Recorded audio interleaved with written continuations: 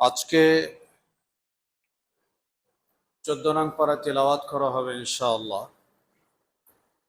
তিলাওয়াতের শুরুতে মুসলমানদের মর্যাদা, তাদের মূল্যায়ন সম্বন্ধে আল্লাহ তাআলা খুব স্পষ্ট করে বলেছেন।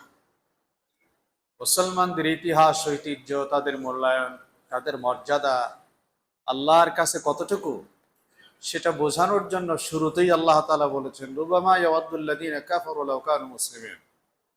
কিয়ামতের সেই বিভীষিকাময় মুহূর্তে জাহান্নামের যখন চিরস্থায়ী এবং চূড়ান্ত ফায়সালা হবে কাফেরদের ব্যাপারে, কাফের, মুশরিক, ইহুদি, খ্রিস্টান, মূর্তি পূজক সহ সকল প্রকার মুশরিকরা তাদের সিদ্ধান্ত যখন চূড়ান্ত হবে জাহান্নামের ব্যাপারে, তখন তারা আফসোস করবে, আরে যদি মুসলিম হতাম কতই না ভালো হতো।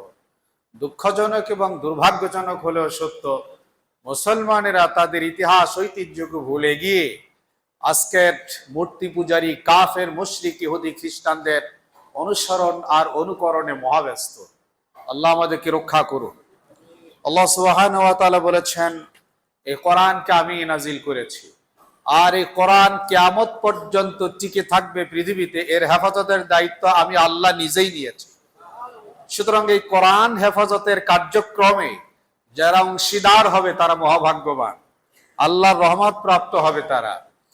আল্লাহ সুবহানাহু ওয়া তাআলা বলেছেন, তোমাদের ডানে বামে সামনে পেছনে সর্বত্রই আমি আল্লাহর করুণা আর অফুরন্ত নিয়ামত দিয়ে তোমাদেরকে পরিবেষ্টন করে রেখেছি। সুতরাং আল্লাহর শুকর করো, বলো আলহামদুলিল্লাহ। আল্লাহ তাআলা বলেন শুকর আদায় করুন।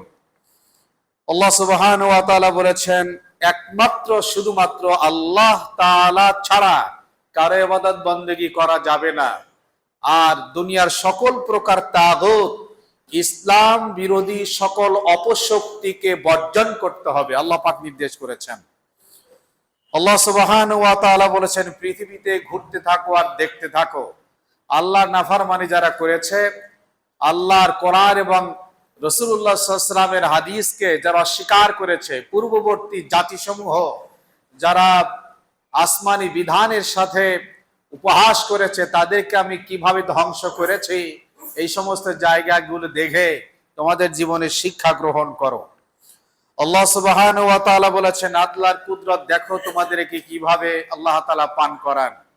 বলছে, বাইনা ফারাসিন ওয়া দামিন লাবানান খালিসান, বলছে গরুর মধ্যে গোবর থাকে আর হলো রক্ত থাকে, এর মাঝখানে আমি আল্লাহ তাআলা সে যে ঘাসপালা খেলো এটা দিয়ে দুধ বানাই ওখানেই সংরক্ষণ করি। একদিকে রক্ত আর একদিকে ঘাস, ওর মাঝখানে আমি রাখি তোমাদের জীবনের সবচাইতে দামি খাবার, পবিত্র খাবার, মজাদার খাবার, জান্নাতি খাবার। ওখান থেকে বের করে তোমাদের খাদ্য নালীতে আমি আল্লাহ পৌঁছায় দেই। আল্লাহ শুকর আদায় করুন। আল্লাহ তাআলা বলেন, আল্লাহ সুবহানাহু ওয়া তাআলা বলেছেন, মধু পান করো, মধুর মধ্যে রয়েছে বহুমাত্রিক উপকারিতা। এজন্য বর্তমান সময়ে ডক্টরগণও বলে থাকেন, সীমিত এবং স্বল্প পরিমাণে মধু খেলে ডায়াবেটিসের রোগীদের জন্য ক্ষতি হয় না। আল্লাহ সুবহানাহু ওয়া তাআলা বলেছেন, তিনি তোমাদেরকে সৃষ্টি করেছেন আর তিনি তোমাদেরকে মৃত্যু দেন এবং জীবনের পরন্ত বেলায় তোমাদের বার্ধক্যে উপনীত করে দেন, বিধ্বস্ত অবস্থায় পৌঁছে দেন, তিনি হলেন আল্লাহ। সুতরাং ওই আল্লাহকে ভালো করে বোঝো। আল্লাহ সুবহানাহু ওয়া তাআলা বলেছেন, তোমাদেরকে তোমার মায়ের পেট থেকে আমি আল্লাহ তাআলা কত কৌশলে পৃথিবীতে আনি এবং তোমাদেরকে কান দিয়েছি তোমাদের চক্ষু দিয়েছি, তোমাদের আত্মা, তোমাদের উপলব্ধি বোধ করার মতো হৃদয় দিয়েছি।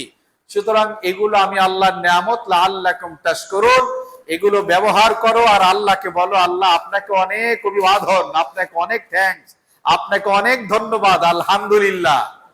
এই জন্য কথায় কথায় আমাদের আলহামদুলিল্লাহ বলা উচিত। আল্লাহ সুবহানাহু ওয়া তাআলা বলেন, আল্লাহর কুদরত, আল্লাহর ক্ষমতার বহিঃপ্রকাশ দেখো এই মহাশূন্যের ভেতরে। এই শূন্যের ভেতরে নানা রকম পাখিরা উড়ে বেড়ায়, আল্লাহ ছাড়া কেউ তাকে রোধ করতে পারে না, এগুলো সব নিয়ন্ত্রণ করেন আল্লাহ।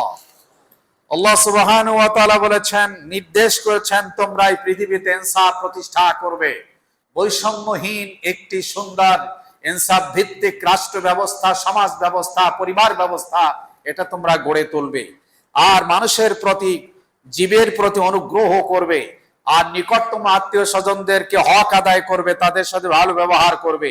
সকল প্রকার অশ্লীলতা এবং নগ্নতাকে পরিহার করবে, সকল প্রকার গুনাহকে পরিহার করবে এবং খোদাদ্রোহিতাকে তোমরা এড়িয়ে চলবে।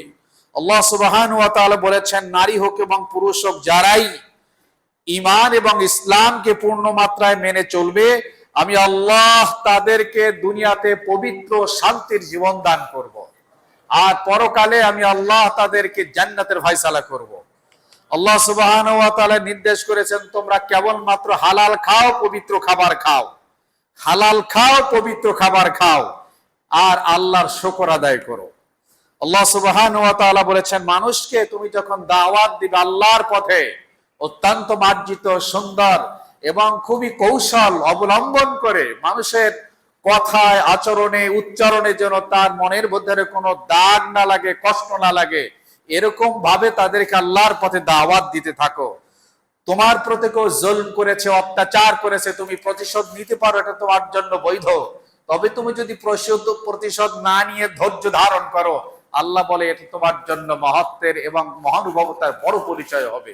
আল্লাহ কোরআন থেকে আমাদেরকে শিক্ষা গ্রহণের তৌফিক দান করুক।